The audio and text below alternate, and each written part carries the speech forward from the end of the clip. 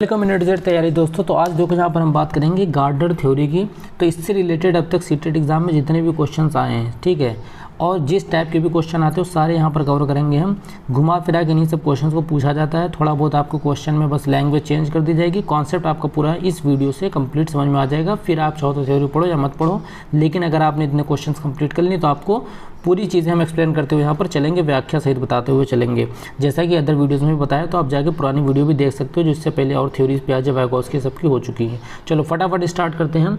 Who gave the concept of intelligence, बहुबुद्धि का सिद्धांत किसने दिया, वाइगोत्स्की या स्पीयरमैन या गार्डनर या प्याजे ने। तो यहाँ पर देखो स्पीयरमैन ने 2 फैक्टर थ्योरी दी थी, इंटेलिजेंस पर इन्होंने भी काम किया था, लेकिन जो राइट आंसर होगा यहाँ पर क्या होगा, गार्डनर ने दिया था। हार्वर्ड गार्डनर पूरा नाम था इनका, जिन्होंने बहुबुद्धि का सिद्धांत दिया था। मतलब इनके हिसाब से कि डिफरेंट काइंड्स की इंटेलिजेंस इंसान में पाई जाती है, ठीक है। तो 8 तरीके की इन्होंने दिया था, कौन सा बहुबुद्धि सिद्धांत, ठीक है। कितने टाइप की इंटेलिजेंस बताई थी, 8 टाइप्स की। तो याद रखना कि 8 टाइप्स की इंटेलिजेंस उन्होंने बताया था कि इंसान के अंदर एक इंटेलिजेंस नहीं पाई जाती, सिर्फ उसके अंदर कई तरीके की इंटेलिजेंस पाई जाती हैं। अब कौन कौन सी धीरे धीरे भी हम समझते हैं, उनको आगे देखते रहेंगे। चलिए फटाफट देखते हैं। दूसरा क्वेश्चन कह रहा है कि a child has the ability to understand the intention and desire of others, कि कोई एक बच्चा है वो दूसरे के इरादों को और या उनकी इच्छाओं को, ठीक है, अच्छे से समझ लेता है, ठीक है। तो उसके अंदर किस टाइप की इंटेलिजेंस पाई जाती है, स्थानिक बुद्धिमत्ता या फिर प्रकृतिवादी या फिर पारस्परिक बुद्धि या फिर अंतर्वैयक्तिक बुद्धि। मतलब देखो यहाँ पर स्थानिक बुद्धि मतलब होता है कि जब उसे किसी भी चीज़ का, किसी भी शेप का, इन सब का ज्ञान होता हो, ठीक है, चाहे बिल्डिंग हो, इंजीनियर हो, ये सब है ना, कि किसी खाली जगह पर भी अगर वो चीज़ों को इस तरीके से वर्चुअली आपको बता सके, समझा सके, उन चीज़ों को सोच सके, ठीक है। मतलब जो भी डिज़ाइनिंग करते हैं, इंजीनियर वगैरह होते हैं, वो सब इनके अंदर कौन सी इंटेलिजेंस पाई जाती है, स्पेशल इंटेलिजेंस। दूसरा आता है प्रकृतिवादी। मतलब अब यहाँ पर देखो प्रकृति की तो बात है नहीं, पेड़ पौधे जंगल जानवरों की तो बात हो नहीं रही है, तो मतलब ये भी नहीं होगा। पारस्परिक बुद्धि और ये आपका जो इंटर और इंट्रा जो है, इसको समझ लो। इंटरपर्सनल इंटेलिजेंस मतलब पारस्परिक बुद्धि मतलब होता है कि जब आप दूसरों के, ठीक है, डिज़ायर को, दूसरों की इच्छाओं को, ठीक है, इरादों को अगर आप समझ लेते हो तो उसको बोलते हैं इंटरपर्सनल। और अंतर्वैयक्तिक मतलब जब आप अपने अंदर की, ठीक है, अपने अंदर को, खुद को समझ लेते हो, ठीक है, आपका क्या अस्तित्व है, ठीक है, आप क्यों हो, आप क्या कर रहे हो, आपका गोल क्या, इन सब चीज़ों पर जब आप ध्यान देने लगते हो, मतलब एक तरीके से जब आप अपने ऊपर चीज़ों को, अपने अंदर चीज़ों को ज़्यादा अच्छे से समझ सकते हो, तो उसको हम बोलते हैं इंट्रापर्सनल इंटेलिजेंस, ठीक है। तो जब दूसरे की इच्छाओं को, इरादों को आप समझोगे तो आप क्या कहलाओगे, पारस्परिक बुद्धि मतलब इंटरपर्सनल। और जब आप अपनी इच्छाओं को, इरादों को समझ सकते हो तो आप क्या कहलाओगे, इंट्रापर्सनल इंटेलिजेंस, ठीक है। तो यहाँ पर जो राइट आंसर होगा दूसरों के हिसाब से हो रहा है, तो यहाँ पर जो राइट आंसर होगा पारस्परिक बुद्धि आपका सी वाला हो जाएगा।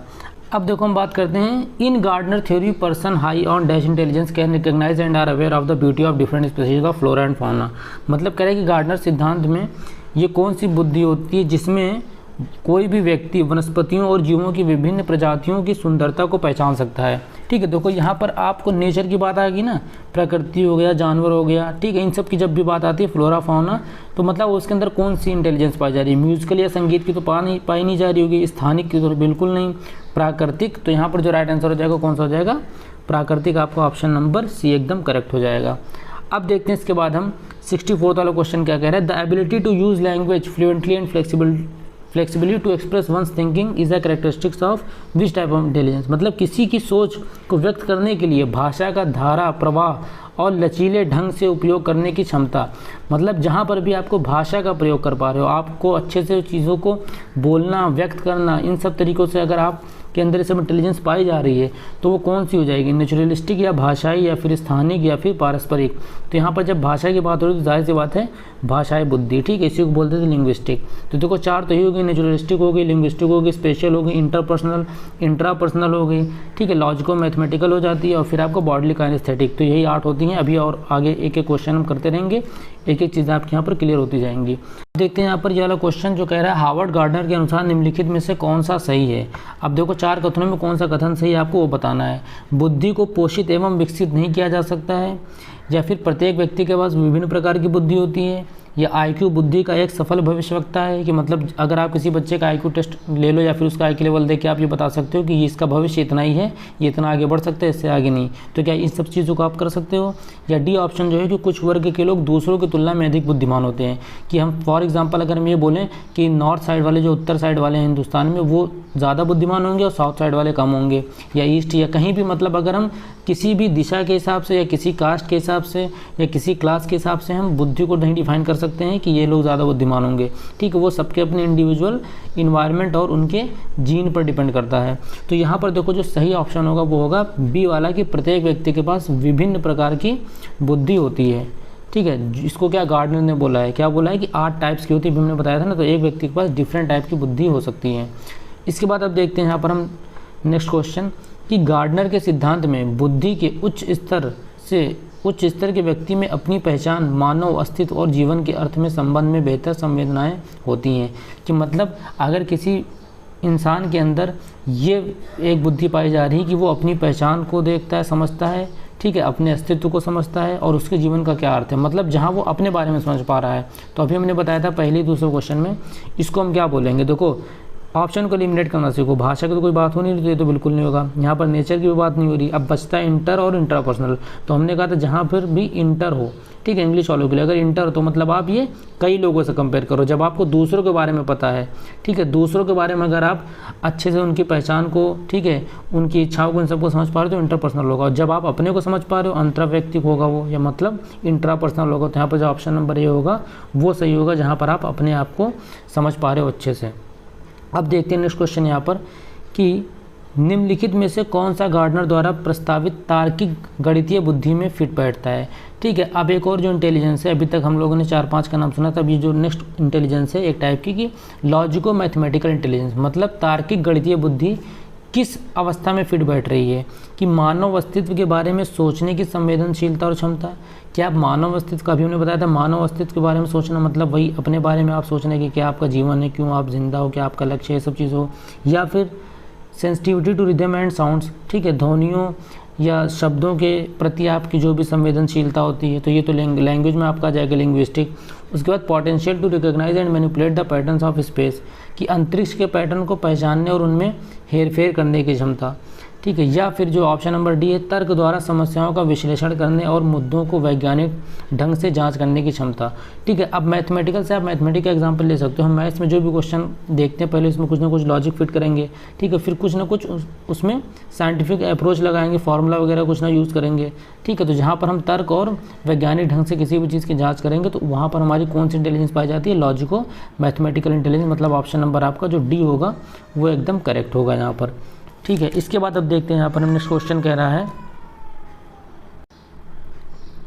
कि गार्डनर के सिद्धांत के अनुसार, ठीक है, कह रहा है कि गार्डनर के सिद्धांत के अनुसार कक्षा के भीतर विभिन्न प्रकार की शिक्षण रणनीतियों का होना महत्वपूर्ण है। क्योंकि मतलब अगर आप एक टीचर हो तो आप अपने क्लास में डिफरेंट स्ट्रेटेजीज़ का यूज़ करके पढ़ाओगे, तो ऐसा क्यों आप करोगे।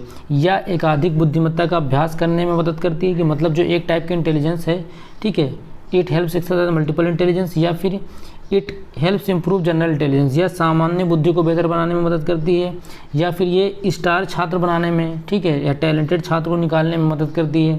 या फिर यह व्यवहारिक बुद्धि को बेहतर बनाने में मदद करती है, ठीक। तो यहाँ पर देखो अगर आप डिफरेंट स्ट्रेटेजीज का इस्तेमाल कर रहे हो, ठीक है, विभिन्न प्रकार से अगर आप शिक्षण रणनीतियों को बदल रहे हो, पढ़ा रहे हो, तो मतलब आप वहाँ पर बच्चों के अंदर क्या एकाधिक मतलब एक से अधिक बुद्धिमत्ता उनके अंदर पाई जा रही है ना, तभी तो आप ऐसा कर रहे हो। तो यहाँ पर जो राइट आंसर हो जाएगा वो हो जाएगा आपका ऑप्शन नंबर ए, कि एज अ टीचर आपको देखना चाहिए कि किस बच्चे के अंदर किस टाइप की बुद्धि ज़्यादा पाई जा रही है, किस बुद्धि की उसको कमी है, जो आपको ज़रूरत होगी उस हिसाब से आप उसको पढ़ाओगे, टीच करोगे।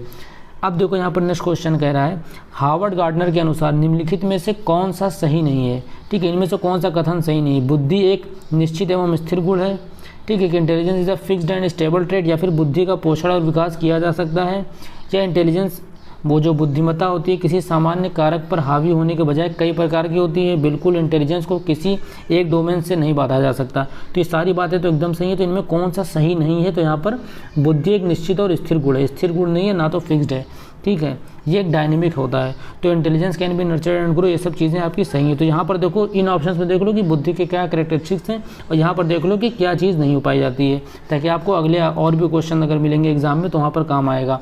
अब देखते हैं यहाँ पर हमारा लास्ट क्वेश्चन होने वाला है ये, गार्डनर के अनुसार एथलीटों के पास किस प्रकार की बुद्धि होती है, ठीक है। जो एथलीट्स होते हैं, जो रनिंग करते हैं, ठीक है, जिम्नास्टिक जो भी करते हैं, उन सब के अंदर कौन सी टाइप की बुद्धिमत्ता होती है, इंट्रापर्सनल या इंटरपर्सनल या बॉडी कैनेस्थेटिक या नेचुरलिस्टिक। अब उनको देखो बॉडी से याद करो, वो अपने शारीरिक गति, ठीक, और थोड़ा बहुत अपना संवेगिक मतलब अपने दिमाग का इस्तेमाल बुद्धि का इस्तेमाल करने के साथ साथ अपने शरीर का भी इस्तेमाल करते हैं, तो इसको हम बोल देते हैं बॉडली काइनेस्थेटिक टाइप की इंटेलिजेंस पाई जाती है उनके अंदर। तो ऑप्शन नंबर सी एकदम सही होगा।